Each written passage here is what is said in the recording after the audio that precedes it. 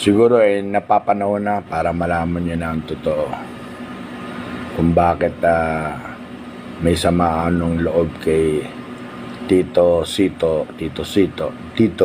Vicente Sotto.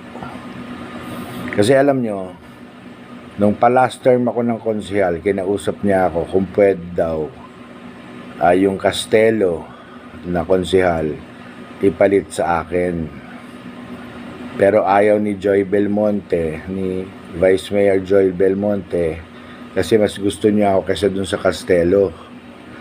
Ang usapan kasi nila, pag naging konsehal si Castelo, aatras na, wala nang kalaban ng kanyang Vice Mayor na si Gian Sotto. Pag pinasok yung Castelo sa lineup ni Joy.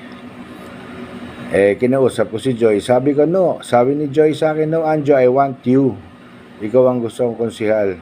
Nung kinausap ko si Tito Sen, minura ako ni Tito Sen. Sabi sa akin, PI mo, ganyan-ganyan. Hindi na ako nakipagtalo kasi sabi ko nga, kasama ko sa Itbulaga. Sige.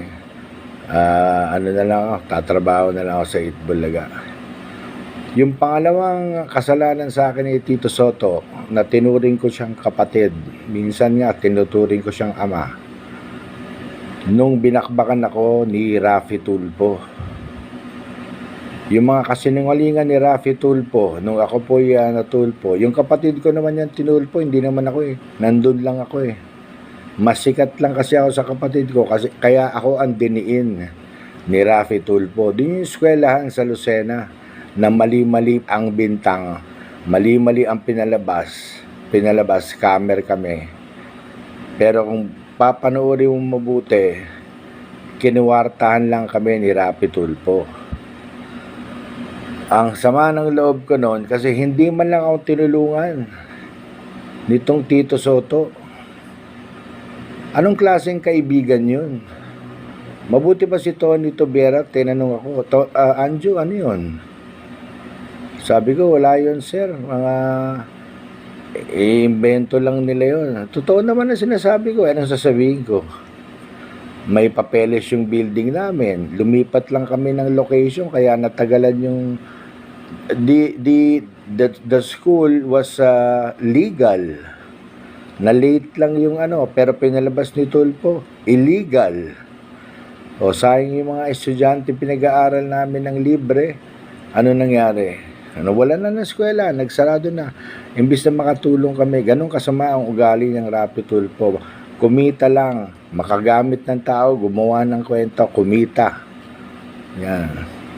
Kaya, very, cyber ang kaso dyan. Inaantay ko lang yung pagkakataon makaayos ako, makakita ako ng abogado.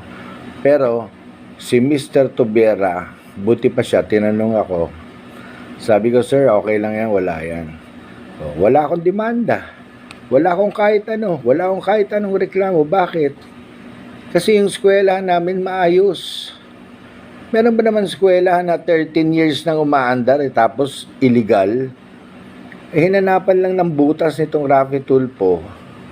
Tapos yung dalawang estudyante na nagreklamo, nung pinacheck namin, hindi pa pala naka-enroll. So hindi ko alam kung anong motive ng 5 estudyante, 5 hanggang 7 estudyante out of thousands na pinag-aral namin. Pero going back, kaya ang sama ng loob ko kay Tito Sen, natakot siya kay Raffy Tulfo at iniwasan na ako. Kumbaga, feeling niya, guilty na ako. Parang, lumayo tayo dyan kay Anjo, scammer pala yan. Tinan nyo, Tulfo, tinan mo yung effect. Sinira mo yung pagkatao ko, sinira mo yung buhay ko, mga kaibigan ko. At si Tito Sen naman, ang sama ng loob ko sa iyo, akala ko ba mayabang ka? Hindi mayabang. Akala ko ba matapang ka? Ba't di mo pinagtanggol? Akala ko ba para tayo magkakapatid? Yun yung unang sama ng loob ko dyan kay Tito Sen. Pag mga matataas na tao, wala na. Kakalimutan na yung mas maliliit na taong kaibigan niya. Kinuwento ko lang sa inyo to kung saan nagsimula ang samaan namin ng loob ni Vicente Sotto III. Yang senador ngayon na yan. Kaya yun lang po, naikwento ko lang kasi para alam nyo kung saan nagsimula. Maraming salamat po, marami pa yan. Maraming salamat po at abangan ang susunod na kabanata.